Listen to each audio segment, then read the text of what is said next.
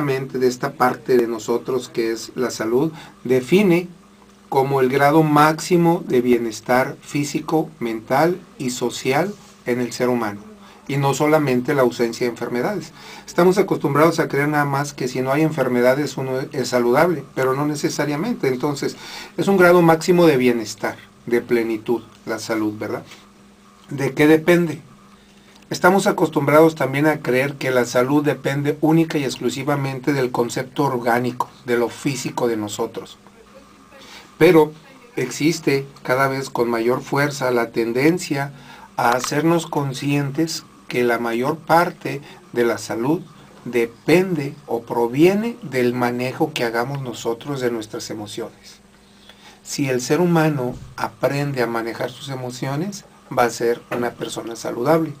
Si el ser humano, como sucede en el mayor número de personas, está acostumbrado a reprimir, a querer excluir lo que está sintiendo, la persona enferma. Entonces es muy importante tener una inteligencia emocional para ser personas saludables físicamente. Fíjate nada más. Estamos en la actualidad cada vez más conscientes de que lo que sentimos, o más bien lo que nos negamos a querer sentir a nivel consciente, el cuerpo lo expresa a través de enfermedades. Por ejemplo, muchos han oído hablar de la psoriasis, de la migraña, de la gastritis, de la colitis, de enfermedades hepáticas, ¿sí?, de la diabetes. La mayor parte de esas enfermedades son expresiones de las cosas que no nos permitimos aceptar.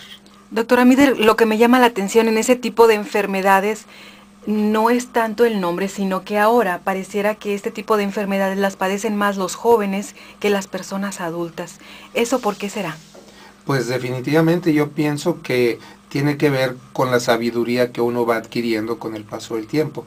Cuando uno es joven nos da vergüenza muchas cosas y estamos acostumbrados a avergonzarnos de lo que sentimos. Ya una persona mayor se vuelve más consciente y sobre todo mucho más responsable de lo que siente y de lo que piensa. Entonces sí podemos ver que las enfermedades psicosomáticas son cada vez más frecuentes en niños y en adolescentes, en esa etapa de la vida en donde no nos permitimos expresar lo que sentimos, porque aprendimos mecanismos represivos. Los mecanismos represivos son aquellas formas creativas que tiene nuestra mente para esconder esas emociones. Hay infinidad de mecanismos de defensa, uno de ellos es la negación. La semana pasada veía una persona, yo veía que estaba lleno de miedo y le decíamos, ¿qué es lo que te da miedo? Y me decía, pero si no tengo miedo. Y tú lo veías, cómo temblaba, cómo estaba angustiado, se le quebraba la voz. Y la persona verdaderamente no era consciente. Estaba utilizando un mecanismo de defensa que se llama negación y un mecanismo de defensa que se llama represión. Estaba tratando de reprimir su miedo. Y querer reprimir, querer negar, significa querer esconder. Poner en una parte de nosotros mismos, en nuestro interior, en donde no podemos ver esas emociones. Y muchas veces creen que porque escondemos la basura debajo del colchón, creemos que ya hicimos una limpieza. Sí, parece que no va a oler, pero sí huele. Claro, definitivamente, y se echa a perder ahí. Lo único que hacemos cuando nosotros reprimimos una emoción es guardarla, enterrarla viva y permitir que se manifieste sin un control adecuado. Ese es el problema. ¿Y cómo podemos aprender a controlar nuestras emociones y que ellas no nos vayan a controlar a nosotros? Bueno, primero hay que entender cómo nosotros empezamos a reprimir todo aquello, ¿sí? Cada emoción que nosotros experimentamos, llámese alegría, llámese tristeza, miedo, enojo, amor, sensación de poder, cualquier emoción no es más que energía en diferentes formas de manifestación. Entonces, esa energía está condicionada a que tiene que comenzar y que tiene que terminar. Es decir, tiene un periodo crítico de vida si nosotros le permitimos evolucionar de manera natural. Pero estamos en una sociedad que vive un proceso que yo le llamo estreñimiento emocional. Ah, caray. Sí, o sea, no nos permitimos expresar. Y ese estreñimiento emocional tiene también que ver con el estreñimiento físico.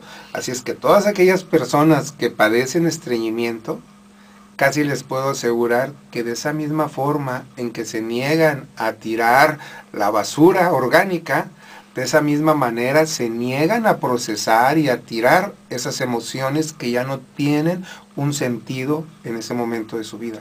Entonces, lo vemos, es un reflejo. El estreñimiento orgánico que sufre una persona, el estreñimiento intestinal, tiene mucho que ver también con la incapacidad que esas personas tienen para expresar sus emociones. Entonces, es bien frecuente, es casi un hecho en todas esas personas que van a padecer enfermedades psicosomáticas. Y lo podemos prever nada más, es una persona que sufre de estreñimiento intestinal. Esa persona va a terminar con enfermedades psicosomáticas si no se atiende oportunamente, si no aprende a manejar esas emociones. ¿Y las enfermedades psicosomáticas podríamos encontrar ahí cuáles? Pues la migraña es una de ellas.